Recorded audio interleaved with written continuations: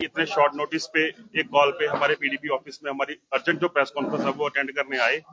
जैसे कि आपको पता कि प्रोग्राम जो हमारा प्रोटेस्ट का था, बट एक अनफॉर्चुनेट इंसिडेंट जो अभी थोड़ी देर पहले पेश आया कि हमारा कोई वर्कर जो इसी तरफ आ रहा था उसको एक फैटल एक्सीडेंट हो गया। तो एक मार्क ऑफ रिस्पेक्ट हमने जो प्रोटेस्ट है उसको हमने थोड़ा पोस्टपोन किया, कल या परसों फिर से करेंगे। तो उसके आपके आए के वेलकम के लिए हमने एक प्रेस कॉन्फ्रेंस जो है जम्मू के अर्जेंट इश्यूज पे जो है हमारे Jammu Kashmir Peoples Democratic Party के जो यूथ के अध्यक्ष हैं आदित्य गुप्ता साहब, उसको आगे कंटिन्यू करेंगे। शुक्रिया आप सबका। आज जो इशू है जम्मू में वो है कि जो हमारी 50 सीटें चली गई हैं Shri Mata Vaishno Devi college of excellence से, मेडिकल कॉलेज से, हम अपना प्रोटेस्ट रजिस्टर करना चाहते हैं कि ये गलत हुआ, ये सरासर नाइंसाफी हुई है जम्मू के साथ। जो ये 50 सीटें थी, ये सिर्फ 50 सीटें नहीं थी मेडिकल कॉलेज की। लोग जंग लड़ते हैं अपने इलाके में मेडिकल कॉलेज लाने के लिए। हमने ना सिर्फ 50 सीटें गंवाई हैं, क्योंकि इन 50 सीटों पे तो नीट से बच्चे आने थे, लेकिन यहाँ पर इस मेडिकल कॉलेज के साथ जो लोकल रोजगार बनना था, जो कटरा, रियासी, उधमपुर, जम्मू के लोगों को मिलना था, जैसे वो पैरामेडिक्स में होते हैं, जहाँ आपको पीजीज में रिक्वायरमेंट होती है, आसपास रेस्टोरेंट्स खोलेंगे, छोटे मोटे रोजगार जनरेट होते हैं, अंदर पे क्लीनर्स, स्वीपर्स, गार्ड्स, ये सारी जो जॉब अपॉर्चुनिटी होती है लोकल एरिया में जाती है। तो वो सारी भी इसके साथ ही चली गई है। ये एक चीज और भी है कि इस मेडिकल कॉलेज की पूरी कंट्रोवर्सी के अंदर ये एक समझी सोची साजिश थी जम्मू को डिवाइड करने की, हिंदू मुसलमान फसाद को उसको आग देने के लिए उसमें तेल डाला गया उस आग में अंदर, और जानबूझ के किया गया ताकि असल मुद्दे जो है जम्मू कश्मीर के और जम्मू सूबे के वो दबाए जाए। आप सबको पता है आज से 4 महीने पहले यहाँ पे फ्लड आया था। उस फ्लड के आखिर में क्या पैकेज आया था, उस पैकेज के बारे में कोई बात नहीं हुई।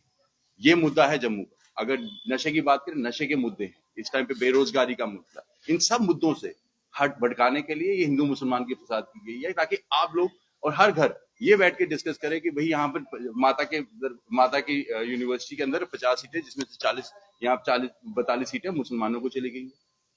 ये एक ऐसी पॉलिटिक्स की जा रही है जिससे जम्मू पीछे ही जाएगा, जम्मू की तरक्की नहीं होगी। यही ऐसा ही जहर लद्दाख के मन में भी डाला गया। ऐसा ही लद्दाख के मन में जब जहर डाला गया था, उनको एक यूनियन टेरिटरी की डिमांड के कन्विंस किया गया और अल्टीमेटली उनको यूनियन टेरिटरी मिली। और आज वो किस चीज के लिए प्रोटेस्ट करें, उन्हीं हकों के लिए वापस करें। तो ये डिवाइड एंड रूल की पॉलिसी जो अंग्रेज छोड़ गए थे, उसको बीजेपी ने इनहेरिट किया और उस चीज को यहाँ पे इस्तेमाल किया। इस पूरी श्राइन बोर्ड की कंट्रोवर्सी से हमको ये बात समझनी चाहिए कि हमारा अल्टीमेट गोल कभी भी अपनी तरक्की का हिंदू मुसलमान के फसाद या डिवीजन से नहीं हो सकता।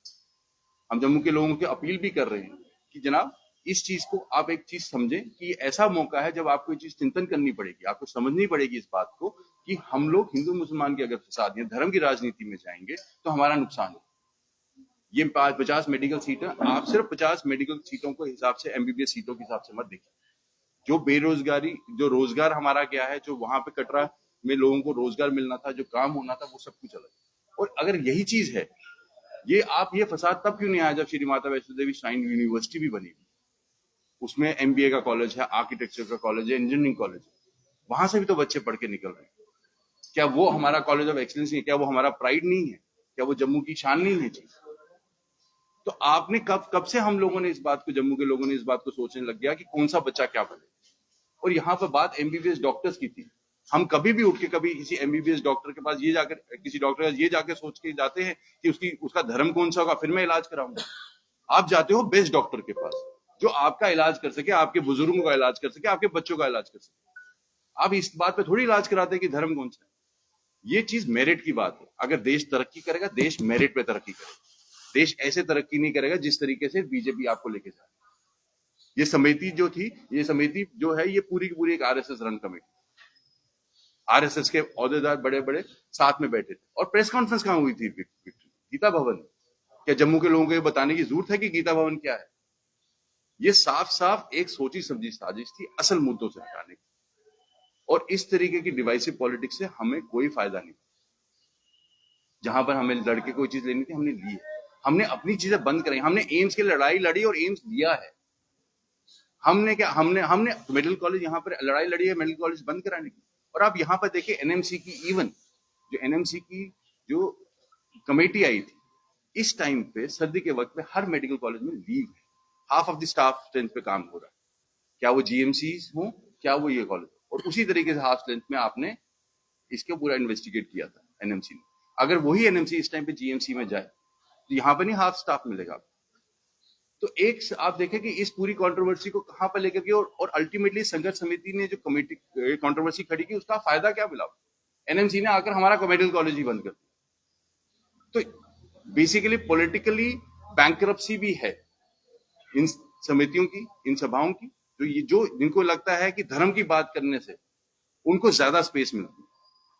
हमें एक मेच्योर, जम्मू के लोगों को एक मेच्योर पॉलिटिकल अंडरस्टैंडिंग के साथ बाहर निकलना पड़ेगा, समझना पड़ेगा कि उनके असल मुद्दे क्या है, उनकी असल चीजें क्या है। हमें उन चीजों पे टिक कर रहना है, और हम चाहते हैं कि हम यही अपील बार बार जम्मू के लोगों से करना चाहते हैं इस प्रेस कॉन्फ्रेंस के जरिए कि आप धर्म की राजनीति से ऊपर। और इस वक्त हम बीजेपी को और सरकार को दोनों को एक बात साफ करना चाहते हैं कि हमें ये 50 सीटें वापिस, ये जो भी हुआ है कंट्रोवर्सी, कौन से लोग जिन्होंने एनएमसी में पहले 3 महीने पहले परमिशन दी, 3 महीने के बाद आपको परमिशन चली जाती। अगर आपको लड़ना, अगर आपको करना ही था तो आप उसके बारे में कोई तो जस्टिफिकेशन होनी चाहिए। आपने पूरा का पूरा एक हेल्थ इंफ्रास्ट्रक्चर जम्मू से छीन लिया, उसकी कोई ना कोई वाजिब एक्सप्लेनेशन सरकार को दे। और हम यहाँ पर इस प्रेस कॉन्फ्रेंस पे बात नहीं रुकेंगे। हम जल्द आने वाले वक्त में हम सड़कों पे भी उतरेंगे, हम बाकायदा प्रोटेस्ट करेंगे, हम घेराव भी करेंगे। इन इश्यूज पे हम चलते रहेंगे और हम आगे